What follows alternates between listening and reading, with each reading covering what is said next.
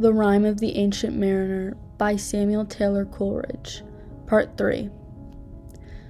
There passed a weary time, each throat was parched and glazed each eye, a weary time, how glazed each weary eye.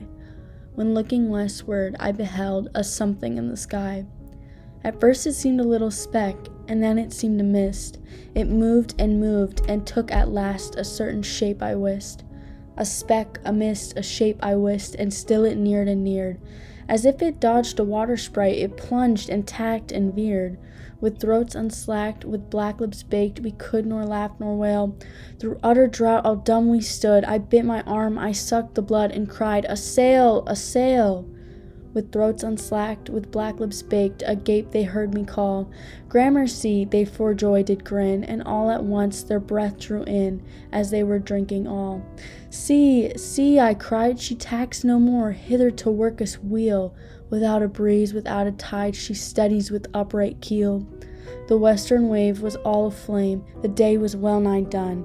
Almost upon the western wave rested the broad bright sun, when that strange shape drove suddenly betwixt us and the sun. And straight the sun was flecked with bars, heaven's mother send us grace, as if through a dungeon grate he peered, with broad and burning face. Alas, thought I, and my heart beat loud, how fast she nears and nears.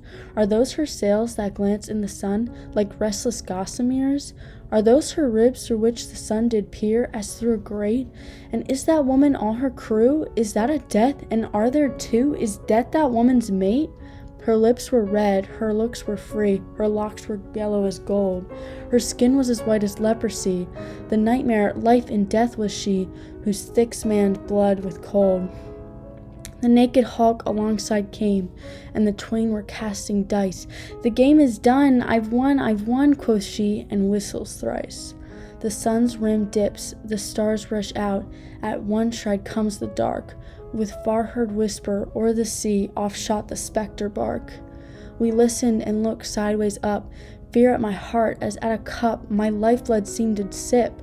The stars were dim, and thick the night, the steersman's face by his lamp gleamed white, from the sails the dew did drip. Till clomb above the eastern bar the horned moon, with one bright star within the nether tip. One after one, by the star-dodged moon, too quick for groan or sigh, each turned her face with a ghastly pang and cursed me with his eye. 4 times living 50 living men, and I heard nor sigh nor groan. With heavy thump, a lifeless lump, they dropped down one by one. The souls did from their bodies fly, they fled to bliss or woe, and every soul passed me by like the whiz of my crossbow.